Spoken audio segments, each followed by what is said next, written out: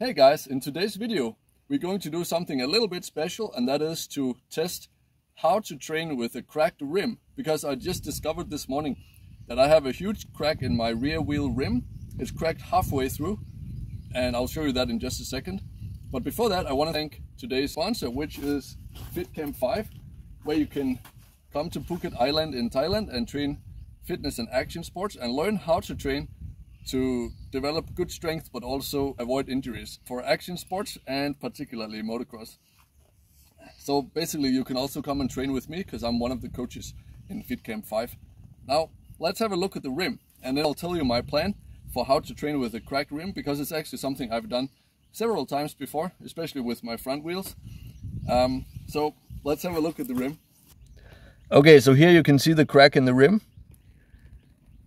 It's pretty big, and even the spokes are cracking through here. Some places also up here. So I'm gonna replace this rim probably tomorrow when I have the chance, but I really wanted to train today. And also I have a plan for how to train, so I'll talk about that in a second.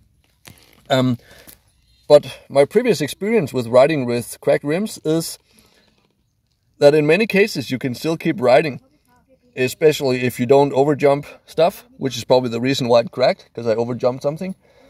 And I have already previously tried to ride with a cracked front wheel rim, and it was a good brand rim. It was XL Tabasago, I think it's called, which is the best rim you can get basically. This one is a Yoko Super 7 rim, which is a medium high quality rim, which is good enough for most riding. But if you go like pro level, big jumps and going really hard, this might happen. Okay, now I'll talk just shortly about how to train with a cracked rim if you're not sure it's gonna hold up. So the strategy is to focus on speed and body position without doing any big jumps.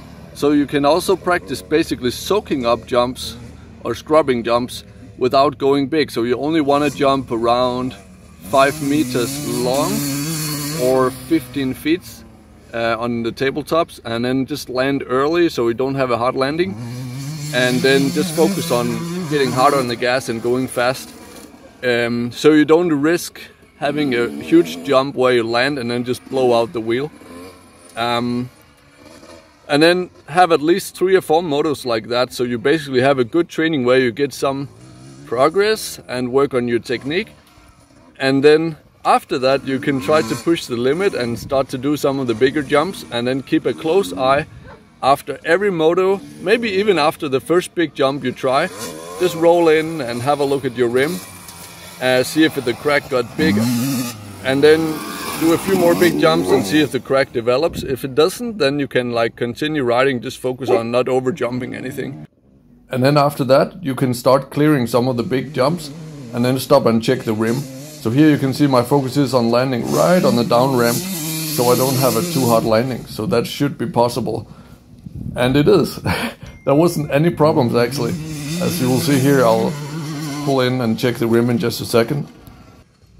So we're gonna do first this rhythm section here. This is actually a place where it's pretty normal to overjump for me. So it's actually really good training to focus on not overjumping and landing exactly on the down ramps. This jump pretty easy to land on the down ramp because it's a long down ramp, and the same one for this tabletop here. It's actually a long down ramp on the other side. Okay, and now I'm rolling in so we can have a look at the rim. So the idea is that you're gonna look exactly on the crack and how long the crack is. Make sure that it didn't get any longer, and if so, how much. And did it get... Oh, and I also broke a spoke, as you can see.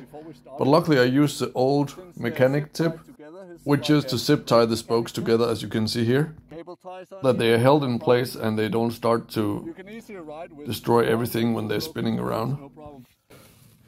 So, good news, the crack didn't get any bigger. So it's still the same, so we can keep riding, even doing the jumps. I just might not do the biggest, most risky jump on the track, but we can still keep training. That's good news. So yeah, super happy. We can still keep riding. Just gonna check it every moto. Okay. To watch the full version of my advanced riding videos and support the development of this channel, click the join button below and become a member.